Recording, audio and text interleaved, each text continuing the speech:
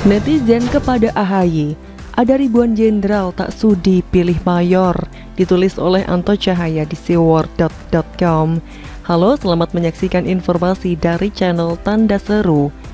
Saran jangan pernah remehkan suara netizen Indonesia yang konon oleh survei Microsoft terkenal paling berperangai buruk se-Asia Tenggara. Dan apa yang terjadi setelah Microsoft merilis hasil surveinya? Akun sosial media dalam waktu sekejap dibombardir komentar-komentar pedas dan brutal warga plus 62 yang tak suka atas hasil survei tersebut. Alhasil, kolom komentar akun Microsoft pun dikunci oleh admin mereka.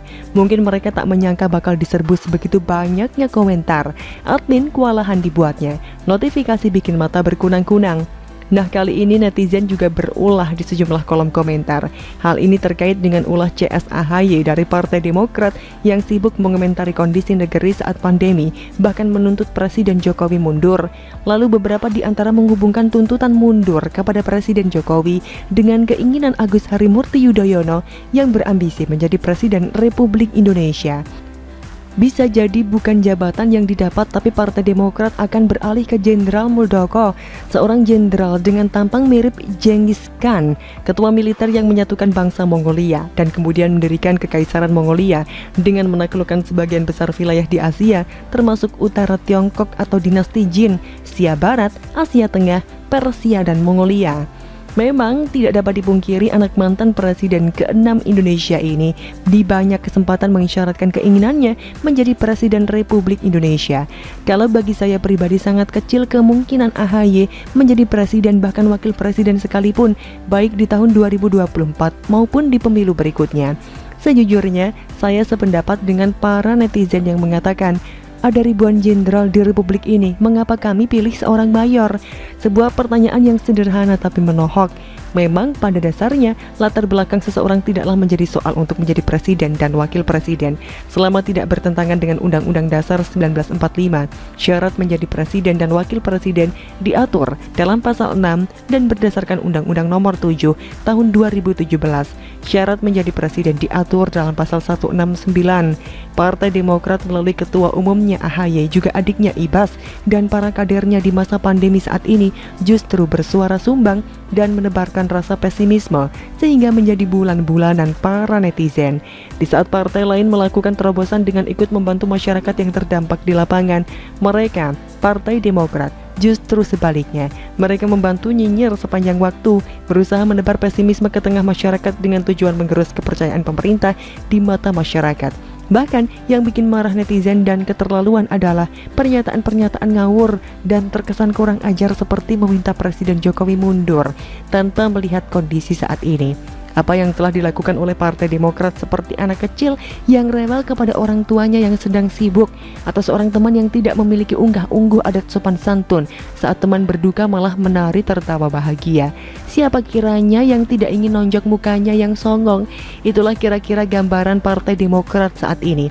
Berusaha meningkatkan elektabilitas dengan cara yang buruk, menjaring konstituen dari kelompok para pembenci pemerintah yang sah. Tentu tidak ada yang salah, sebab tujuan mereka adalah menjadi penguasa. Tapi masyarakat juga tidak lupa saat Partai Demokrat menjadi pemuncak suara di tahun 2004 sampai dengan 2014 dan Susilo Bambang Yudhoyono menjadi presiden, kadernya pesta pora korupsi, menjarah uang rakyat dengan brutal. Puluhan kadernya merasakan hotel Prodeo, bahkan sampai sekarang masih ada yang belum keluar.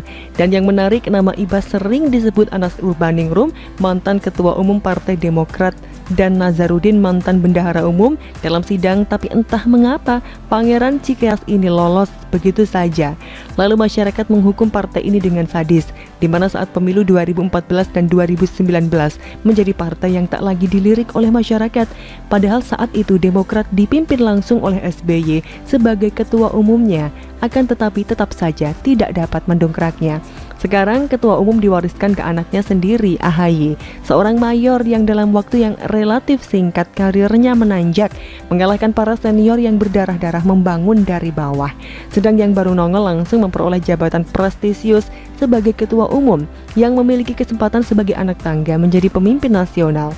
Maka tidak keliru jika akhirnya banyak kadernya yang balelo, terutama para seniornya. Bisa jadi Demokrat akan dikuasai Muldoko sebelum 2024. Jangan remehkan jenderal yang satu ini. pada satu titik akan berbalik.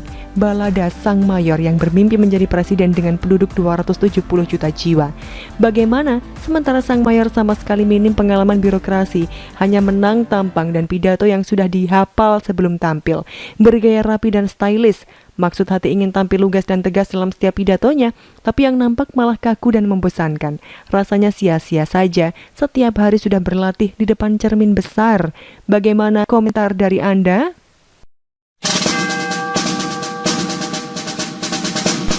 Usulkan Anies jadi presiden, Rocky Gerung perlu cermati perbandingan kasus COVID ini. Ditulis oleh Widodo Ekspedisi World.com.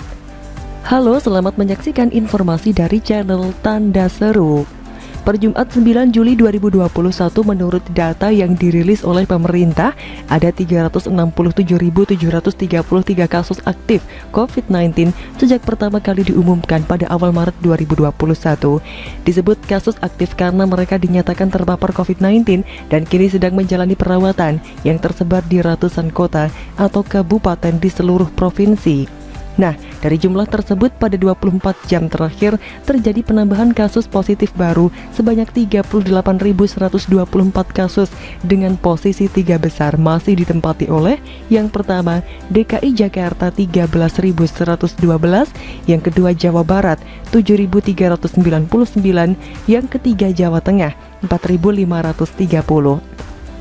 Menyusul di bawahnya ada Jawa Timur dan DIY dengan angka penambahan masih cukup tinggi, yakni di kisaran 2000-an dan 1000-an kasus COVID-19 baru selama 24 jam terakhir.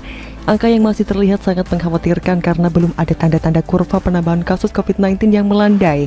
Saya cukupkan sampai di sini informasi kondisi COVID-19 terkini karena saya tertarik untuk membahas dari sisi lain. Namun saya mau mengawali dari bercokolnya DKI Jakarta di tempat teratas dalam waktu yang sangat lama dan masih terus bertahan di sana. Yang saya kaitkan dengan desakan kelompok tertentu agar Presiden Joko Widodo mengibarkan bendera putih alias menyerah atau mengundurkan diri. Pertama, izinkan saya menyebut kelompok atau orang manapun yang meminta Jokowi mundur dalam kondisi seperti sekarang sebagai orang-orang yang bodoh. Kepemimpinan beliau justru sangat diperlukan pada masa-masa yang cukup berat, dengan dukungan dari berbagai pihak yang masih ingin melihat agar badai COVID-19 ini segera berlalu dari negeri ini. Kedua, izinkan saya bertanya, memangnya kalau beliau mundur misalnya malam ini juga, siapa yang akan memimpin negeri ini? Kalau usulan Rocky Gerung sih sosok gubernur yang katanya rasa presiden bernama Anies Baswedan. Oke, kita akan cukup banyak membahas menurut data persentase kasus COVID yang ada di Indonesia. Lantas dibandingkan dengan Jakarta, silakan ambil kesimpulan apakah usulan Rocky Gerung tadi terbilang brilian atau dungu. Meminjam kata-kata yang dulu sering dia ucapkan.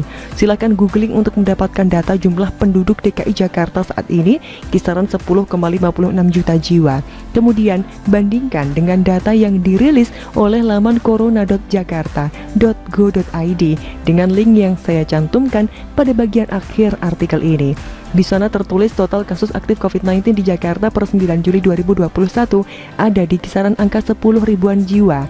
Kita bandingkan dengan jumlah penduduk Jakarta sekarang, maka akan diperoleh data adanya temuan 1 kasus positif COVID-19 per 105 orang di Jakarta.